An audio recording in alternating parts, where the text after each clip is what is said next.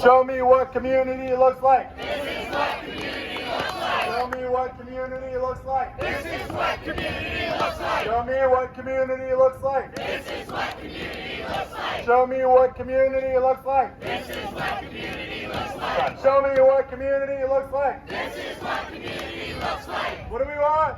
Climate action. When do we want it? Now. What do we want? Climate action. When do we want it? Now. One last time. What do we want? Climate action. When do we want it? Now. Amazing. As you know, the city is in the process of working on its 4-year budget cycle. That means that it sets the vision for the next 4 years of how the city funds its capital projects, its operating budgets, and one that's new this year is its carbon budgeting, to make sure that we as a city are responding to the climate crisis in a way that is effective and in a way that diminishes our carbon emissions. So cities throughout the country are the largest emitters of emissions, of greenhouse gas emissions, and that means that cities have some of the largest responsibilities and some of the largest opportunities to act on climate. But that means that you have to be able to dedicate the funding, dedicate the money to the type of work to make sure that not only this generation can live through the next 10 years, 15 years, but the coming generations can do the same. And so what we're seeing here today is we're seeing commitments to that type of funding, commitments to those type of futures that we deserve and need to live in. That means futures where we are focusing on building the right type of housing that makes sure that you don't suffer during a heat wave, that when there are respiratory illnesses, you have the proper ventilation to make sure that you can breathe clearly, that you can breathe well. And the type of housing that makes sure that when we are dealing with chronic heat waves, with chronic hailstorms that impact $1.3 billion of damage in one day alone, those are the damages that we're already seeing. We're ready to respond, we're ready to build accordingly so that we don't have to worry about rebuilding, so that we don't have to worry about what's it gonna cost us this time, this next climate crisis, the next emergency, so that we can be ready for what that looks like. That's what's being voted on today, and that type of voting, that type of funding is so far being successful. So a good shout, a good cheer for that. We're also getting the type of votes that ensure that we're getting a strong delivery of energy, whether it's district energy or the type of energy that we can all afford, right? We are all dealing with an affordability crisis, but at the same time as we all pay more for our natural gas or whatever it is that we need to power our homes, the CEOs of these companies are making record $1 million in profits, right? That's a shame. So what it looks like to get a city that actually invests in district energy, that actually invests in an energy system that people can genuinely, pay good money for and not have to deal with an affordability crisis, means that we're able to last longer in the houses that we pay for and ensure that we're not constantly hurt by shock after shock after shock. Whether it's a war, whether it's any stoppage of work, whether it's literally anything that can make it easy for a lot of these energy companies to just hike up prices and say, sorry, we have to do it, right? They know what they're doing. They're making record profits, they're laying people off, and they're not actually giving us a livable future. Votes like the ones today ensure that we're actually getting that livable future, and it's only capable because of people like you who are showing up to events like this and saying, actually, no, we want climate action. We want the type of work on this city that we've been telling you for decades we deserve. That looks like votes on district energy, that looks like votes on stronger housing, and that looks like votes on a stronger bike network that makes sure that we're able to get all across the city, not dependent on a car, and that we're able to do that without the fear of getting hit by a Ford F-150 or the many Ford F-150s that run rampant in the city. This is controversial. We don't have rats, but we do have way too many Ford F-150s. So, but I also want us to think, before I pass it over to Melanie, about what the next few months look like, because we're getting a lot of really incredible votes. We're getting a lot of really strong funding for the type of climate action that we need in the city. But this isn't the end, because even though cities are the ones with the most capacity to make the most immediate changes, apart from ceasing extraction, apart from ending burning the most toxic type of fuels that we can, cities are the ones with the most capacity to act. But cities aren't the ones with the largest capacity to pay. The ones who do have the largest capacity to pay are the provincial government and the federal government. So in the coming months, we're going to be seeing from the federal government a long-awaited Just Transition Act.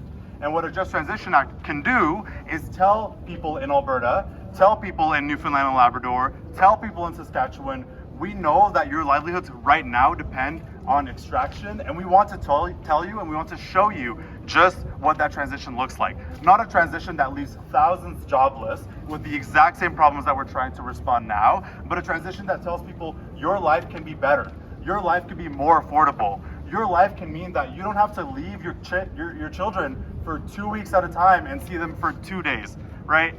That's the type of promise that we can get from a federal government, but that means nothing if we don't get an equal amount of investment from the budget that will follow after. And that's the type of work that we need to unite and, build up double, triple, quadruple these numbers and demand the federal government step in and say, we're going to give you the appropriate funding. And that might look like a lot of things, so let me give you my baseline for what appropriate funding for cities like Edmonton, for cities like Calgary, who are fighting. Believe it or not, Albertans care about climate change, our cities care about climate change, and they're voting to fund climate action. So what's the baseline? Unions like the Alberta Federation of Labour, various other unions have signed a letter to the federal government saying, if you're going to be serious about a just transition, we don't want anything short of $10 billion. $10 billion is nothing of our total GDP. The International Panel for Climate Change says that at minimum, 2% of a nation's GDP should be dedicated to fighting climate change. And 2% of the national GDP is not that much. It's pretty much equivalent to what we spend in the first few weeks of fighting COVID. And the first few weeks of fighting COVID were the best ones. So what does that baseline look like? It looks like at least $20 billion for the entire country every year until we get the job done. But Alberta, despite only having 2 million of the country's 34 million population, emits 38% of its emissions. That's terrifying. We're a tiny amount of people, 38%, almost half of the total emissions. So, if we're going to get at least 20 billion across the country, then Alberta needs to get at least 38% of that federal funding. That is the only way that we can move forward. That is the only way that we can get a city council that is continuously voting to fund the right climate action, whether it's on transit, whether it's on active transportation, whether it's on retrofits, whether it's on fuel switching, whether it's on buildings. We have a city council that proves that they are ready to act, and we have a provincial government and a federal government that are not ready to be willing partners. So the same pressure that you pushed here today that made sure that we won this, because without you, these packages would have remained unfunded. We would not have got this money. This energy, these crowds need to triple, quadruple, and make sure that we're making these same demands and speaking even louder when we fight against the provincial government, when we fight against the federal government, because they want to act like they're climate leaders, but right now, the only climate leaders that I see around me are at the municipal level. So, do your part. Thanks so much, all of you, for being here today. I'm really grateful for all that Juan has already shared. We need to come together and continue working on this together. I'm here as myself, as a concerned mom, and as someone who's been able to make climate action their day job. But I do also sit on the advisory committee to council for energy transition and climate resilience. It is with much gratitude that we see the motions today pass, and with much hope that we go forward. And so I did want to start off by reminding ourselves that this area is known in Cree as Amiskochi Waskahigan, as you're probably all well aware, and we are here on Cree, Blackfoot, Dene, Nakota Sioux, and Saulteaux and Métis Nation territory. And it's only the last year that I was taught by Louis Cardinal that I may call myself a member of Treaty 6, and that we are all members of Treaty 6. That all of us here are part of this kinship agreement that was intended to bind all of us together as brothers and sisters. In Indigenous cultures, this kinship extends beyond human animals to all animals, plants, even inanimate substances. I'm a chemist, so I get excited about those ones. Today, we live with that relationship of honor and respect broken. And this is at the root of the fact that we face a climate and nature emergency. The nature or biodiversity emergency is even older than the climate emergency. Our planet's climate, believe it or not, has been marching out of the safe zone for over 30 years already. And we're strongly marching, continuing in the wrong direction. But we are working so hard to turn that around. Check out the Planetary Boundaries interactive online tool that the King's University has put together if you want to play with those historical lines a little bit, or watch Breaking Boundaries on Netflix. But we know that the city acknowledged the existence of the climate emergency in 2019, and already before that, our council and administration were working and have been working hard on addressing the climate emergency. And great work has been published and some work has been started. And many of you may have actually contributed personally to the creation of the Community Energy Transition Strategy, to Climate Resilient Edmonton, and the city plan. We have all these guiding documents in place. How can we continue to help accelerate the culture transition that is so incomplete, that is underway in our own lives, in our communities, in our city's administration and council? We all need to walk together if we're going to have a just transition with processes in which things are truly done in a good way. In that scenario, climate solutions become everything solutions, because climate touches everything, every part of our lives.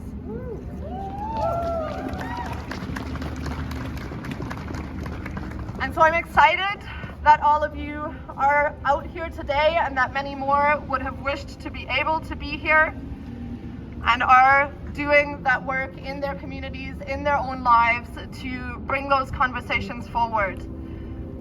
I hope for the opportunity to very, very soon have more participatory budgeting processes, things that some councillors have started to pilot. We need to have these opportunities to have conversations in our communities about these tough priorities, so that no councillor can come back and say, my constituents don't care about this thing. Because let's face it, the reason that some folks in our communities don't care about this thing is because we are wired biologically to care about that what is right in front of us right now. And when the climate emergency is that, it is going to be too late.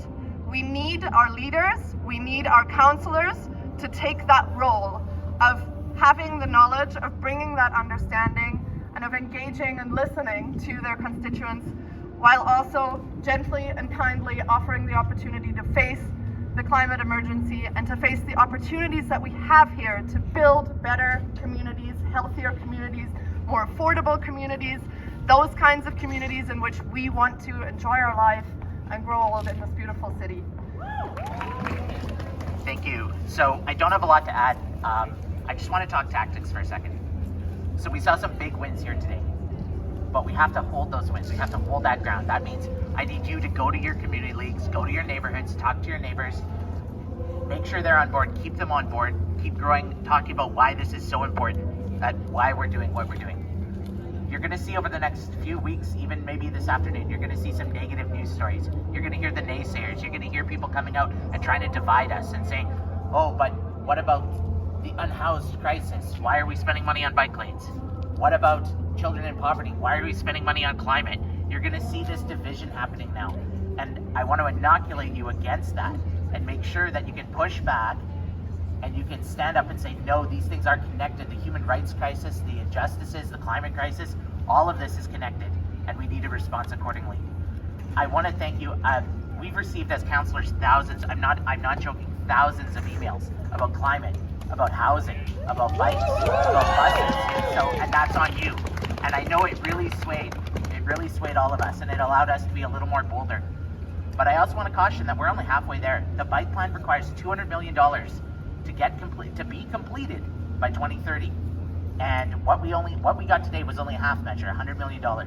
We need to go farther. We need to make sure that the additional $100 million is secured and locked, because as you heard the deputy city manager say today, if we do not get the active transportation grid built and used by 2030, we are not going to make our net zero goals by 2050.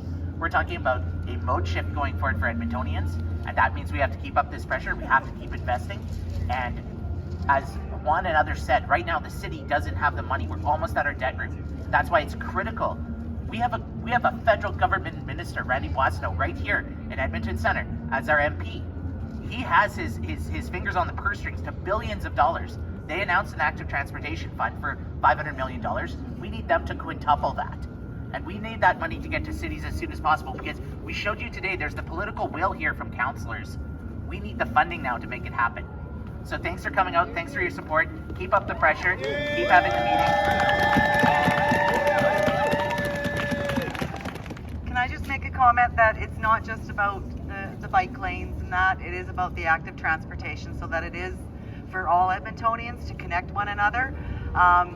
Councillor Jans made mention about his age, and he's 50% of Edmontonians are younger than him. There's a lot more that are younger than I am. So I want those multi-use paths to be available for when I push my wheelchair or my walker down in 2030. So, but I do thank you for all your support, for helping me to learn and understand and give me that knowledge in order to make some decisions for the future of our city. Because it's not necessarily about my future, my generation's future, it's for future generations. So we have to build towards that. Thank you very much. Hey everyone. I actually didn't quite hear what Councillor Jans or Councillor Wright were saying, because I was chatting with some folks back there about what just happened in Chambers. And did you explain what just happened? Yes?